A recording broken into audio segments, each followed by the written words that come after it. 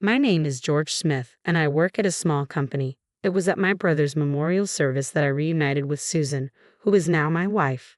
Returning to my rural hometown for the first time in a while, I took the long-distance bus. It's been a while. Have you lost some weight? Are you eating properly? Susan asked. You haven't changed a bit. What do you mean? Are you trying to say I'm beautiful as always? No, I mean you're still as straightforward as ever, I replied. Your brother has been cheeky since the first time I met him, Susan said with a smile, looking at my brother's portrait on the wall. She was his wife, making her my sister-in-law. The first time I met Susan, I was a college student home for summer break. My brother had already started working and brought her home as his fiancée.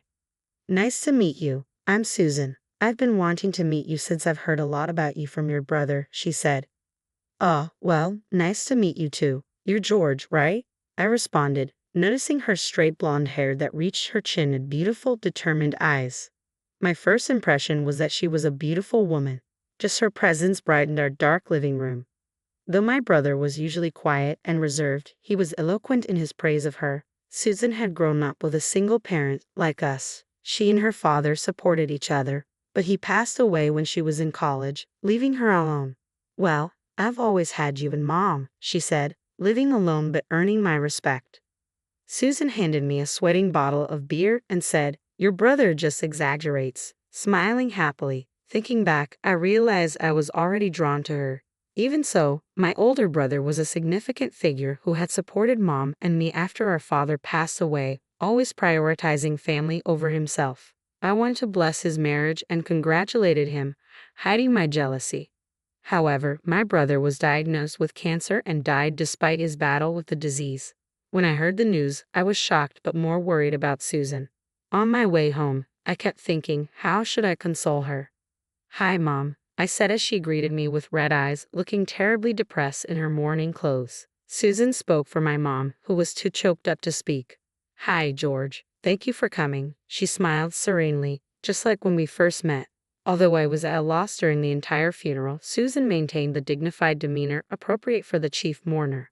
At that moment, I realized how childish I still was. From then on, my goal was to become an adult like my brother. After graduating from college and starting to work, I worked tirelessly to avoid relying on my family. I was recognized and promoted at my company and eventually got married. Before I knew it, years had passed since I last returned home. My days were filled with work and supporting my partner. Then a postcard arrived. George, please come home this Sunday. It's just a small memorial service with family. But your brother and Mom have been wanting to see you, Susan said, her voice filled with warmth. Even after my brother passed, Susan stayed with my mom, living together. Back then, Susan told me, leave your mom to me, and sent me off. Tracing the handwriting she wrote at the kitchen table filled me with nostalgia. I decided to go back home for the first time in years. Susan hadn't changed at all. She welcomed me home without a single complaint about not hearing from me or seeing me for so long. It was just the three of us for dinner, Mom, Susan, and me. As we ate the slightly extravagant meal they had prepared, we reminisced about my brother. Mom and Susan seemed close and happily shared stories about the time I wasn't around. After a while, Mom seemed to tire herself out and went to bed early. When it was just Susan and me, I felt a bit nervous. Cheerful as always, she said, it's really lively when the family gets together. Your mom was brighter than usual. Thanks, George. You too, Susan. Thanks for taking care of my mom all this time. Don't be silly. Your mom is like my real mom too. It's no trouble at all. She waved her hand dismissively and lifted a beer bottle. Come on, let's drink. Tell me what you've been up to. I told Susan everything. How I graduated from college and got into a good company, how frustrating it was when I couldn't do my job well at first, about the first big project I was assigned, how I trained my subordinates and how they finally became competent, and about my married life. Sorry I couldn't make it to your wedding. Don't worry about it. My wife wanted a small ceremony with just friends anyway. You did send a gift. I hope so, but I was worried you couldn't bring your wife because I'm still living here. That's not true. I came alone because we recently separated. I was quite drunk and said more than I should have. Really? Work kept me busy and we started drifting apart. Is your job that demanding? Yeah, I'm in charge of a big project. I leave at dawn and come back at midnight. Are you eating properly? Not really. I only come home to sleep. That's no good. I know. Anyway, tonight's dinner was great. I hadn't had mom's cooking in ages. I love her sautéed vegetables. Actually, I made that. Your mom taught me. Oh, so it was you. Susan, it was delicious. Do you mean it? Yeah, I could even eat it every day. Then how about I come over and take care of the house for you? As we were both tipsy and I thought Susan was just joking, I agreed lightly. I'll be happy if you do. Then I returned to my apartment with a hangover. 2 days later, Susan actually showed up. I finished work early for once, thinking I'd finally tackle the pile of laundry, and came home to find her in an apron. Hi, George. What are you? How did you? I told the landlord I'm family and he let me in. Nice place. The landlord seems nice too. What about mom? She gladly sent me. She even asked me to take care of you for a while now. Got it. Dinner's ready. Hey, you know what? You can complain while eating. Come on. Even at the entrance, I could smell the delicious food, which made my stomach growl. After getting a lecture from mom on the phone, I reluctantly let Susan handle the housework. Despite my initial reluctance, her meals were amazing. Besides, having someone greet me at home was wonderful. Her tomato stew, spinach salad, and cheese pasta were superb, making me look forward to dinner after a hard day at work. With peace of mind, work went smoothly, and I even found myself with some free time. When I started coming home early, having a drink with Susan in the evenings became our routine. We spent those quiet times chatting about nothing or watching TV while enjoying the snacks she prepared. You and your brother are alike in that you both can't handle alcohol, she would tease. Susan could drink anyone under the table and still stay sober, while I'd give up and end up walking her to the apartment she rented nearby. Listen to what happened at work today. I'd start, and she would listen to my slightly drunken complaints without a hint of annoyance. Her encouraging words, "You're doing great," or "You can do it, don't worry," gave me the strength to keep going the following day. Having completely opened up to Susan, I confessed one evening, actually, the real reason I separated from my wife wasn't just because of work. Really? She asked. Yeah, I was too busy to keep promises, and when I made her mad, I couldn't apologize sincerely. I'd just say, "I'm busy, just deal with it." That means you both were immature, you and your wife. I felt a bit annoyed. Immature? Yeah, you couldn't empathize with each other because you were both too caught up in yourselves. She was right. Seeing my silence, she added with a gentle look, "But you're different now, right? You're kind enough to walk me home even when you're tipsy. You're a thoughtful and caring person." My husband was quiet too, but he was kind. He'd say, "You're strong, but you don't have to pretend when I'm around. Lean on me when you need to." From the moment I met Susan, I thought she was an adult who handled everything effortlessly, but she had her own vulnerabilities and had been living on edge without any family to rely on. Seeing that new side of her, I felt a strong desire to protect her for my brother's sake too. The following day, I worked hard to finish on time. Seeing my determination, my younger colleague seemed surprised and offered to help. "George, what's gotten into you?" "Oh, nothing. I'm curious now. I might not be very reliable, but please tell me what I can do for you." When I was a newbie and clueless, I made a huge mistake and you apologized on my behalf. Since then, I've wanted to be useful to you. I was deeply moved when my younger colleague, whom I had been looking after since he was new, said that to me. Actually, I'm going to confess my feelings today. Confess to who? To my late brother's wife, my sister-in-law. I explained about reuniting with Susan. That's complicated, but you're a mature and great guy. I'm sure it'll work out.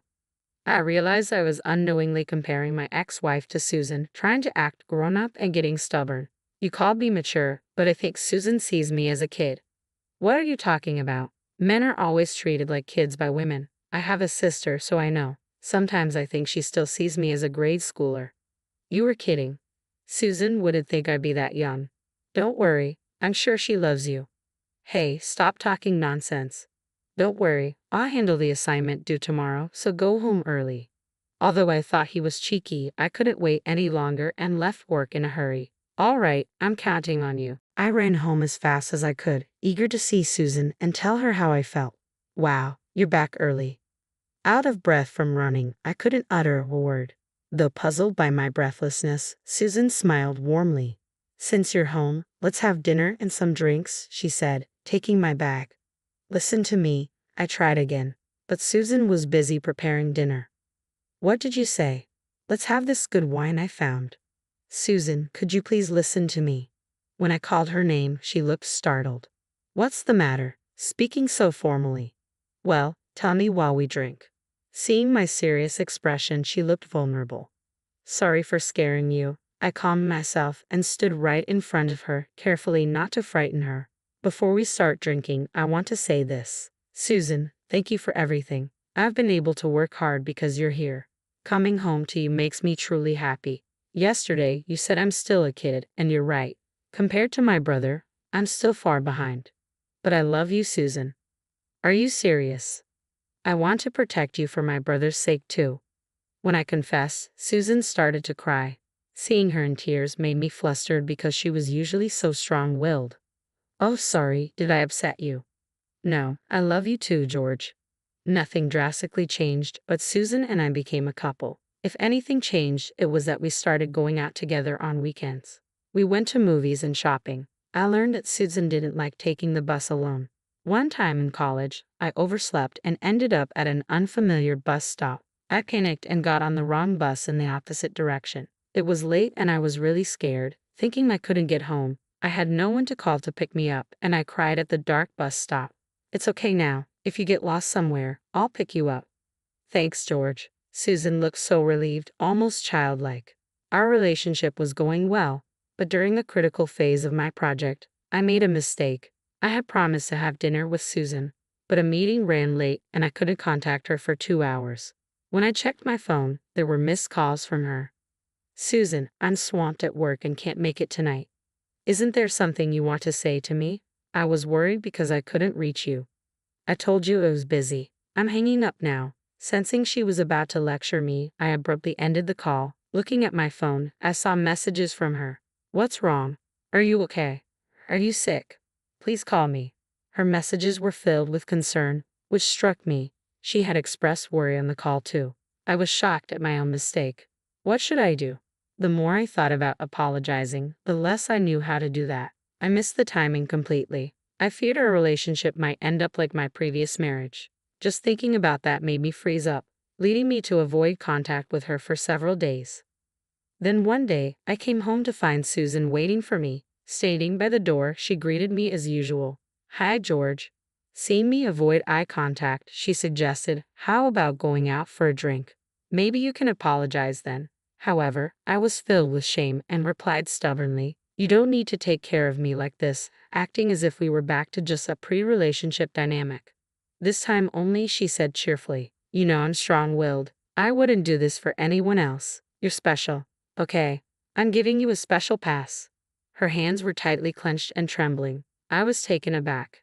How much had Susan worried about my silence? Just knowing someone will pick me up makes me feel secure.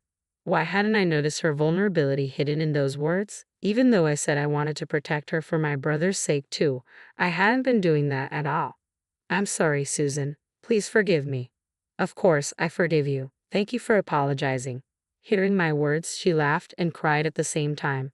As if a dam had burst in my heart, I apologized to my brother. I'm sorry. I'll become more mature and protect Susan from now on. In my imagination, my brother had a resigned look on his face. The day I decided to propose to Susan, I called my mom. My mom was overjoyed and told me that she had dreamed of my brother, who said in her dream, George might be unreliable at times, but I'm sure he'll change. He will surely take care of you and Susan for me. As always, he saw right through me. I can't compete with him. I felt like I was being patted on the head by his large hand after a long time, which made me cry. Please watch over me from heaven. I addressed my brother in heaven. From now on, I'll walk through life with Susan. I might not be able to become like you, but I'll live my life responsibly, both at work and at home, in order to make Susan happy, the woman I love. So don't worry. After I hung up the phone, Susan asked, is your mom doing well? Yeah, she's doing great. By the way, Susan, there's something I want to ask you.